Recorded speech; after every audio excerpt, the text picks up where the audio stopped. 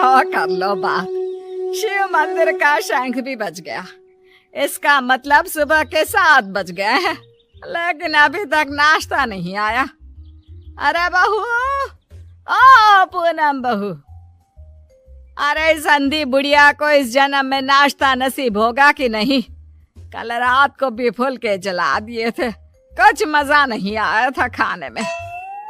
ये है सीतापुर में रहने वाली मंजरी, एक अंधी सास। मन की साफ है, बस थोड़ी सी जुबान से तेज है। मंदिर के शंखनाद से ही इन्हें पता चल जाता है कि वक्त क्या हो रहा है। और ये रही इनकी चालाक बहू पूनम। अच्छा हुआ जो मैंने ऑनलाइन ऑर्डर कर दिया सब कुछ, वरना ये बूढ़ी लाठी मेरी छाती पर मूंग दलने लग जाती। अरे बहू, तू घर में है भैया, चल बसी। हाय राम, ऐसा न कहो सासू माँ, दिन में एक बार तो भी माँ सरस्वती जुबान पर बैठती हैं। अरे नहीं नहीं, तुझे कुछ ना होगा। खुशबू तो बड़ी अच्छी आ रही है। ऐसा कौन से पंच पकवान बनाए हैं आज तूने? आज है स्पेशल जलेबियाँ, फाफड़ा, आलू की पराठे, कम चीनी वाली गर्मा गर्म चाय, दही पकोड़े, ये सब।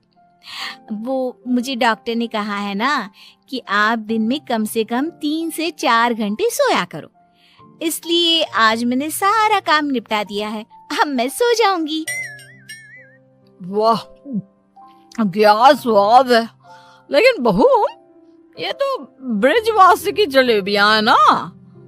तू तो कह रही है कि तूने बनाया है।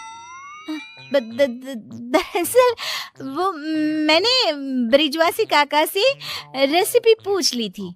अच्छा मम्मी जी, मैं आती हूँ अभी, जरा वो दूध गैस पर तेज आंच पर रख कर आई हूँ ना। पूनम फौरन ही वहां से उठकर रसोई में भाग जाती है। मंजरी को फिर भी पूनम पर थोड़ा शक आता है। पूनम ऐसे ही रोज अपने पति के पैसों को खर्च करके बाहर से खाना मंगवाती और अपनी सास से कहती कि उसने खुद बनाए हैं, और उसकी बेचारी अंधी सास बहू के इस झूठ से बेखबर सारी चीजें मान भी लेती। एक दोपहर में पूनम पूरा मेकअप करके तैयार होकर खड़ी होती है। चलो फटाफट पतली गली पकड़ के निकल लेती हूँ, इससे पहले कि बुढ़िया मुझसे टकराए। बेचारी मेरी अंधी सासू माँ, उसे लगेगा कि मैं सो रही हूँ, जबकि मैं तो अपनी जानू से मिलने जा रही हूँ। पूनम हर दोपहर को अपनी सास को बेवकूफ बनाकर बाहर अपनी बॉयफ्रेंड लखन से मिलने जाती थी, और आज भी कुछ यही प्लान था। ए जी ओ जी लो जी सुनो जी, मैं हूँ मन मौजी, करता हूँ मैं जो वो तुम भी करो जी। 1 2 का 4, 4 2 का 1, माय नेम इज लखन, सजनों का सजन मेरा नाम है लखन। लखन, तुम भी ना बिल्कुल एंटीक पीस हो। यार पूनम, हम कब तक ऐसे छुप छुप कर मिलते रहेंगे? एक तो मेरे पास कोई नौकरी भी नहीं है, वरना यह दिल वाला अपनी दुल्हनिया को खुद ही ले जाता। टेंशन मत लो, जब तक तुम्हारे पास पैसे नहीं आ जाते तब तक हम दोनों के लिए मेरा ससुराल है ना, मैं सब देख लूंगी। लेकिन तुम्हारे पति को शक वक हो गया तो? अरे मेरा पति तो मेरा दीवाना है, आंख बंद करके मुझ पर भरोसा करता है। उसके पास से घी निकालने के लिए उंगली टेढ़ी करने की नौबत तक नहीं आएगी। ओए होए, ओए होए होए, शुक्रिया मेरी जान, love you love you love you. I love you too. इसी तरह दिन बीतते रहते हैं। एक रात देवेश बहुत खुश अपने ऑफिस से घर लौटता है। माँ, पूनम, एक खुश खबर है। ऐसी खुश खबर कि जिसे सुनकर आप दोनों फूले नहीं समा पाओगे। अरे तो जल्दी बताना फिर। हाँ हाँ, इतना सस्पेंस मत बढ़ाओ। मुझे कंपनी में सीईओ का पोस्ट मिल गया है। अरे वाह, जुग जुग जियो मेरे लाल। अब तो एक बड़ा माखन का कनस्तर चढ़ाऊंगी भोग में अपने कान्हा जी को। वाओ, मतलब अब 2 गुना, 3 गुना, 4 गुना पैसा होगा और हमारी तिजोरी में साल की 12 महीने दिवाली होगी। वाह वाह वाह वाह, congratulations Devesh. Thank you.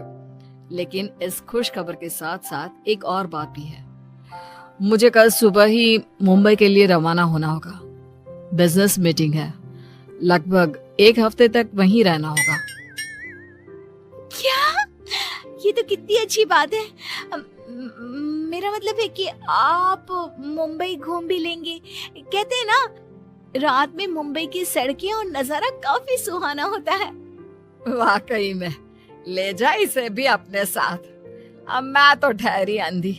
Doctor ने कहा है रोशनी कभी भी आ सकती है, लेकिन मुझे तो ना लगता कि इस जन्म में आएगी मेरी आंखों की रोशनी।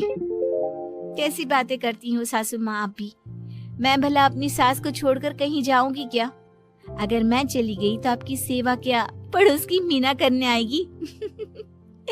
देवेश, तुम आराम से घूम कर आओ और मेरे लिए एक अलग से सूटकेस भर के तोहफे लाना। इसे तो बस तोहफे ही दो, चाहे वो तीज हो, त्योहार या कोई और आम मामूली सा दिन। बस तोहफे तोहफे तोहफे। बिल्कुल पागल है ये। अरे, मैं तोहफे मांगू तो आपको क्या दिक्कत है? आप भी मंगवा लो ना। देख देख देवेश बेटा, कैसे कैंची की तरह तेज चल रही है इसकी जुबान। अरे आप दोनों शांत बैठ जाओ, मैं आप दोनों के लिए ढेर सारे तोहफे लाऊंगा बस। देवेश अगली सुबह मुंबई के लिए निकल जाता है। इसी बात से खुश होकर पूनम सोचती है, रास्ते का कांटा तो साफ हो गया है। अभी मैं चुपके से मेरे लखन को घर पर भी बुला सकती हूँ। इस अंधी बुढ़िया को तो कानों कान भनक भी नहीं लगेगी। पूनम अब रात को चुपके से पीछे के दरवाजे के जरिए लखन को घर पर बुला लेती है। अब जहाँ सास घोड़े बेचकर खर्राटे मारते हुए सो रही होती है, तो वो बहू की बात करने की आवाज सुनकर तुरंत उठकर बैठ जाती है। ये आवाज किसी आदमी की लगती है, शायद बहू के कमरे से आ रही है। लेकिन नहीं, मैं भी कुछ ज्यादा ही दिमाग लगा देती हूँ। देख रही होगी कोई भूत या फिल्म। अब तो पति नहीं है घर में, इसलिए रात भर ऐसे ही करेगी ना। लेकिन अगर कल जल्दी नहीं उठी तो फिर मैं इसके कानों के पास जाकर बर्तन बजाऊंगी जोरों जोरों से। ये सिलसिला रोज चलता है और मंजरी को रोज लगता है कि पूनम टीवी पर कोई फिल्म देख रही है। एक दिन जब पूनम बाहर होती है, तभी मंजरी सोकर उठती है और आंखें खोलते ही उसे सब कुछ दिखाई देने लगता है। वो अपने आसपास सब कुछ देखकर काफी खुश और आश्चर्यचकित हो जाती है। ये तो गजब हो गया, मेरे आंखों की रोशनी फिर से लौट आई। डॉक्टर ने सही कहा था, रोशनी कभी भी लौट सकती है। बहू, अरे ओ पूनम का चांद, कहाँ मर गई? देख तो अब मुझे सब कुछ दिखाई दे रहा है। अब तो मैं छड़ी का इस्तेमाल भी नहीं करूंगी और अब मैं रोज अपने भगवान जी को भी देख सकती हूँ। पूनम! मंजरी अपनी बहू को आवाज लगाते हुए पूरा घर तलाशती है, लेकिन पूनम उसे कहीं नहीं दिखती। तभी उसकी नजर तिजोरी पर पड़ती है जिसका ताला नहीं लगा था। इस पर वो जैसे ही तिजोरी खोलती है तो हैरानी से उसकी आंखें फटी की फटी रह जाती है। ये कैसे हो सकता है? जहाँ तक मुझे पता है, देवेश ने कहा था कि वो घर खर्च के लिए 25,000 दे के जा रहा है, लेकिन यहाँ तो उसका आधा भी नहीं है। जरूर ये पूनम ने पैसे अपने शॉपिंग पर खर्च कर दिए होंगे। पैसे को पानी तरह बर्बाद करती फिरती है। आने दो उसे, फिर देखती हूँ उसे। तब तक मैं अपने भगवान के दर्शन कराती हूँ। मंजरी मंदिर जाती है, अच्छे से दर्शन करती है और खुशी खुशी वापस घर की तरफ चल देती है, जहां रास्ते में उसकी नजर मंदिर के पास बहती नदी के किनारे बैठी अपनी बहू पर पड़ती है, जो लखन के साथ वहां बैठी थी। ये यहाँ क्या कर रही है और इसके साथ कौन बैठा है? पता तो करना ही पड़ेगा। अब मंजरी चुपचाप आगे बढ़ती है और वहीं पास में एक बड़े पेड़ के पीछे छुपकर उनकी बातें सुनने लगती है। सुनो लखन, कल मेरा पति आने वाला है। आज रात को तुम आना और हम दोनों पूरी तिजोरी पर हाथ साफ कर देंगे। और भी बहुत सारा बेशकीमती सामान पड़ा है घर पर, उसे भी हम अपने साथ लेकर यहाँ से भाग जाएंगे। आइडिया अच्छा है मेरी जान। अब हमें कोई नहीं रोक सकता। हम ना यहाँ से सीधा सिंगापुर जाएंगे डार्लिंग। बाप रे बाप, इसका मतलब इस महारानी का इस मुफ्तखोर के साथ चक्कर चल रहा है। अच्छा, तो मेरे बेटे को लूटकर अपनी दुनिया बसाने का प्लान चल रहा है। अब रुक, तुझे दिखाती हूँ दाल और आटे का भाव। अब घर पे अच्छे से डोली सजाती हूँ तेरी विदाई के लिए। मंजरी वहां से चली जाती है और कुछ देर बाद जब पूनम घर लौटती है तो वो दोबारा उसके सामने अंधी होने का नाटक करने लगती है। अरे सासू माँ, व्हाट्सएप? अरे कुछ नहीं बेटा, बस वो देवेश की याद आ रही थी। अरे सासू माँ, इतना लोड क्यों ले रही हो? वैसे भी वो कल तक वापस आ ही जाने वाला है, फिर क्यों खामखा परेशान हो रही हो आप? वैसे भी कल से आप दोनों माँ बेटे अपने रोने के दिन भरने शुरू कर देना। क्या कहा? मेरा मतलब कल जब आएंगे 1 हफ्ते के बाद, तब आप कर लेना ना भरत मिलाप, गली मिलके जी भर के रो लेना। अच्छा, ऐसा कह रही है क्या तू? ठीक है, चल बहू, मेरे ना घुटनों में काफी दर्द हो रहा है, थोड़ा बाम लगाकर मालिश तो कर देना बेटा। और हाँ, 2 दिन बाद 7 पंडितों को भोजन खिलाना है, उसके लिए मसाले भी तो तैयार करने हैं। सिलबट्टे पर ही पीसना है उनको, घर के पीसे शुद्ध मसाले चाहिए। लेकिन सासू माँ, मैंने जो कह दिया सो कह दिया, अब कोई आना कानी ना करना, ठीक है? वरना देवेश को फोन करके बता दूंगी। हाँ। मंजरी अपनी बहू पूनम से जानबूझकर सारा काम करवाती है और ना चाहते हुए भी पूनम को वो सारा काम करना ही पड़ता है। आखिरी बार थोड़ी एक्स्ट्रा सेवा करा लेती हूँ इस नासपिटी करमजली से। मुझे इतने सालों तक उल्लू बनाया ना, अब इससे एक दिन में कैसे सूखी मिर्ची बनाती हूँ देखना।